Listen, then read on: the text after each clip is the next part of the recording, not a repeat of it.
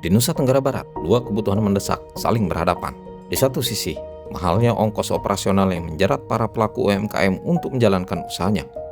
Di sisi lain, tuntutan destinasi pariwisata kelas dunia akan transportasi ramah lingkungan yang masih sangat dibutuhkan.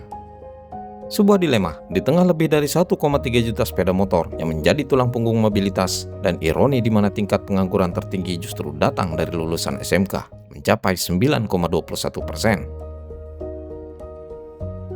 Jawaban atas masalah ini tidak lahir dari ruang rapat, melainkan dari percikan semangat di dalam bengkel sekolah. Inilah titik awalnya. Teaching Factory, sebuah program yang mengubah ruang praktik menjadi pusat inovasi. Lahirlah prototipe yang membanggakan.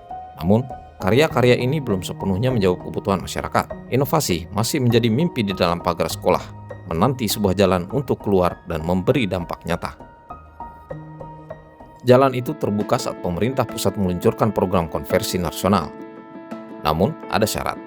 Hanya bengkel bersertifikasi yang boleh ikut serta, dan NTB belum memilikinya. Salah satu syarat untuk menjadi sertifikat A itu harus 50 kali konversi. Menangkap peluang ini, Dinas ESDM Provinsi NTB tidak menunggu. Mereka bergerak cepat menyelenggarakan pelatihan dan sertifikasi pertama untuk 20 tenaga teknis dari unsur guru. Merekalah yang menjadi pionir, pemegang kunci yang memungkinkan SMK terjun langsung memimpin proyek konversi 34 unit sepeda motor menjadi harapan baru yang efisien dan ramah lingkungan.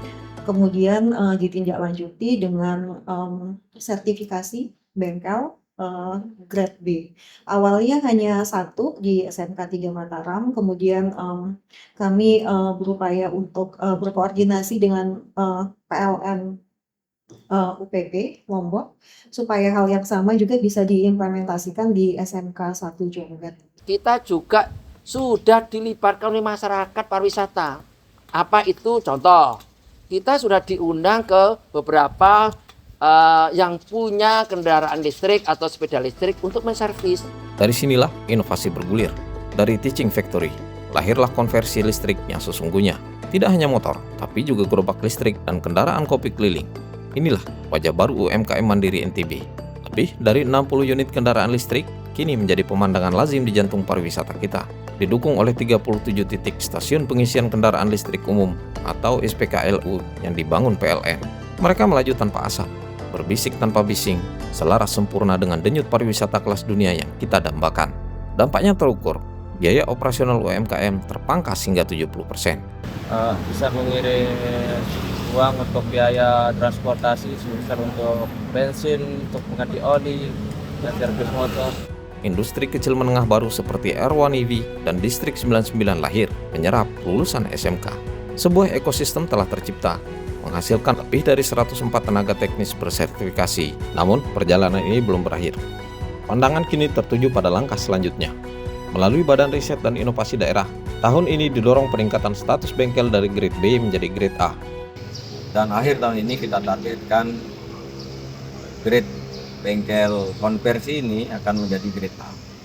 Sedangkan tahun depan, pemerintah Provinsi NTB melalui Berida akan memprogramkan konversi sepeda motor dinas di lingkup Dinas Badan Provinsi NTB menjadi sepeda motor dinas listrik.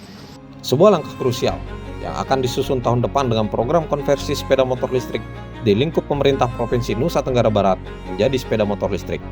Inilah kisah sinergi di mana pendidikan, ekonomi, dan pariwisata bertemu membangun masa depan NTB yang lebih hijau dan sejahtera.